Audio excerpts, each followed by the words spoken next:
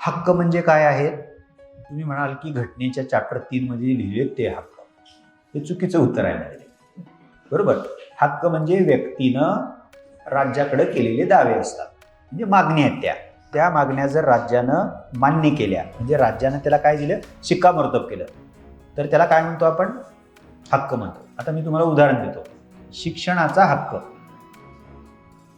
मूळ घटनेत होता का? बिलकुल नाही.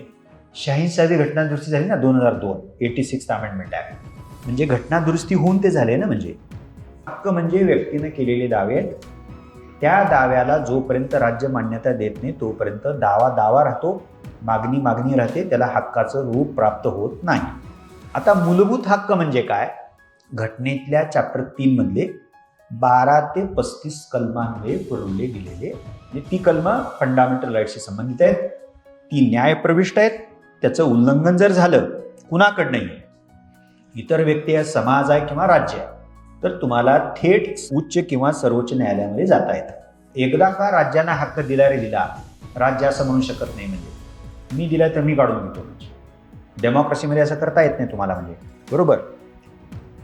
आणि फंडामेंटल राईटच्या बाबतीत तर बिलकुल असं करता येत नाही म्हणजे. ओके.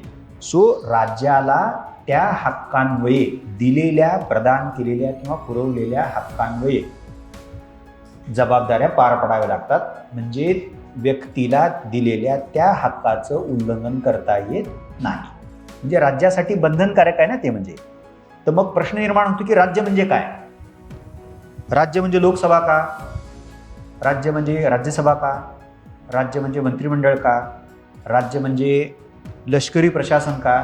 राज्य म्हणजे सनदी सेवा का? राज्यात ग्रामपंचायत येते का? राज्यात एखादी सार्वजनिक क्षेत्रातली कंपनी येते का? सगळं काय राज्यात येतं. आणि ते कसं कळणार आपल्याला? तर कलम 12 मध्ये राज्यसंस्थेची व्याख्या दिलेली आहे. ह्याच्यातलं एक जरी आपण विसरलो तर आपला अभ्यास ऑब्जेक्टिव्ह नाही.